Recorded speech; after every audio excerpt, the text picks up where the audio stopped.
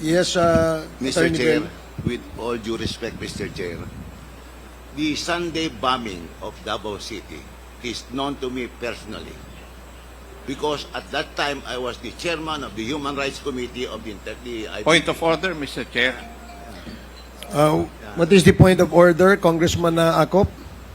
We do not know the personality of Atty. Bello, and he has not been invited as a resource person, and therefore has no right to speak before this yes, committee. I agree. Full legal responsibility for this. I do not kill generals. The death of Mayor Aldong Parohinog and the 15 others in Osamis City. Are you taking full responsibility on this? Hindi ako nagpapatay ng mga mayor, ma'am. The death of Mayor Espinosa of Albuera Leyte. Are you taking full responsibility on this? Hindi ko, ma'am. That's my birthplace. The death of Tony Halili in Tanawan City. Malayo yan sa akin, ma'am. The death of Mayor Perez of Los Baños. Lalo na. Ibalik ko po dun sa una niyong sinabi. If you are denying all this, alin po yung tinutukoy nyo when you said you are taking full legal responsibility to all the victims of war on drugs, both legal and illegal? Yes. Kasi order ko kasi that was my campaign against drugs. Na yung, alam mo, maraming istasyon, maraming pulis. Kung nagkaletse-letse doon, hindi ka maghugas ng kamay. Dapat sabihin mo, akin dyan, kasi of course, nagkamali sila. Now, if there is an appropriate action na gusto ninyong ilabas, then file the case in court. Wala namang pigil. Matagal na yan yung sabi extrajudicial killing. I am challenging anybody or everybody who makes the accusation, whether it is really true or not, it may be true, file the case in court because may korte tayo. And even if I will admit na totoo yan, you have to go to court because I will make the admission there again.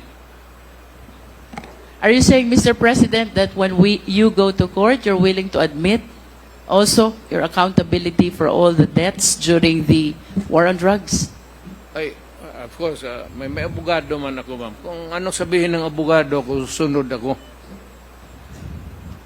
I hope that everything that you said before the Quad can be reduced in writing so that truly we can believe that you're taking full legal responsibility to all the victims of war on drugs, both legal and illegal, because as lawyers we believe that by extrajudicial confession, we have to put that in writing, Mr. President.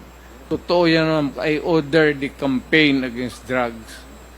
Hindi ako it's a policy of government or of the president. Hindi ako maghugas ng kamay. Hindi ako magsabi hindi kasi yung department yan. Hindi, akin yun. Mr. President, last question. If one of these days the ICC will come, will you voluntarily submit yourself? Sipain ko pa sila, ma'am. But you said a while ago that if somebody will sponsor your fare to the ICC, you will voluntarily submit yourself to their investigation and jurisdiction. Yes. Pero kung sila magpunta dito, sipain ko. But will you confirm that you are willing to submit Oh. voluntarily yourself to ICC? Punta ko doon, sipain ko rin sila. Same. I have nothing further, Mr. Chair. Thank you, Mr. President. Thank you, Congresswoman Luistro. The next to interpolate. Yes, Mr. Attorney Chair, Bello. with all due respect, Mr. Chair, the Sunday bombing of Davao City is known to me personally because at that time I was the chairman of the Human Rights Committee of the Point of order, Mr. Chair. What is the point of order, Congressman Acop? We do not know the personality of Atty. Bello, and he has not been invited as a resource person, and therefore has no right to speak before this Yes, committee. I agree, Your Honor. Mr. Chair. I have no contradiction to the manifestation of the Honorable Chair, Congressman Acop. But I just want to inform this body of what the Easter bombing is all about. Because the Honorable Congressman Luistro mentioned about it. And she insinuated that as a result of the Sunday bombing, former President Duterte caused the bombing of Muslim mosques, which is not true because at that time, Your Honor, he was just a fiscal of Davao City. Okay, salamat I know po. that, Your Honor, because I was the one who investigated this incident upon the direction of the Integrated Bar of the Philippines. So, for the record, Congressman Luistro, Mayor Duterte or President Duterte was a fiscal at the time of the bombing of the San Pedro Cathedral. Okay, It thank is you. not true Thank you, that he Attorney was the Bello. mayor. Your manifestation is noted. Thank Mr. you very Chair, much, Your Honor. Mr. Thank you Chair. very Thank you. So, I have a 19-second video of the interview of the former president about the Dumoy bombing. If this representation many may be minutes is allowed that, to. I think this is 19 seconds, Mr. Chair. seconds, okay, please. Secretariat, kindly play. Before that, we'd like to acknowledge the presence of Vice President Sara Duterte.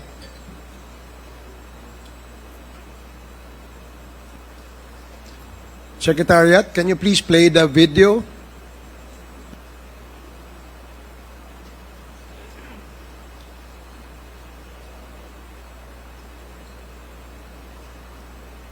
May I also remind our lawyer friends of the former president to please I did it because I had to do it for my country. Hindi nila na ginawa ko. Kaya yung sa Dumoy, inubos ko talaga. Sir President, Mr. Chair. I did it because I had to do it for my country. That's it? I reiterate this statement.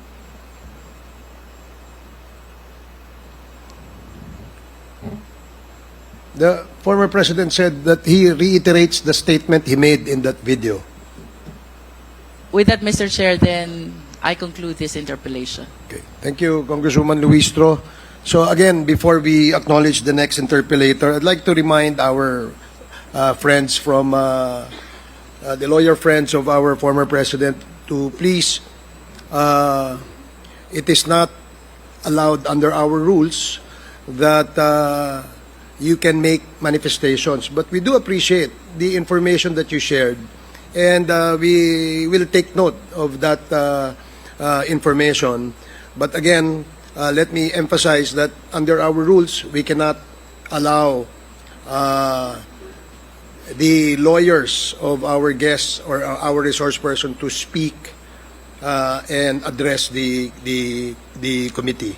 So I hope that is clear to our lawyer friends. And with that, we will now acknowledge the next interpellator. The next interpellate is Congressman Rog Gutierrez. You have 10 minutes. Thank you, Mr. Chair. Mr. Chair, before I proceed with my interpellation, simple manifestation.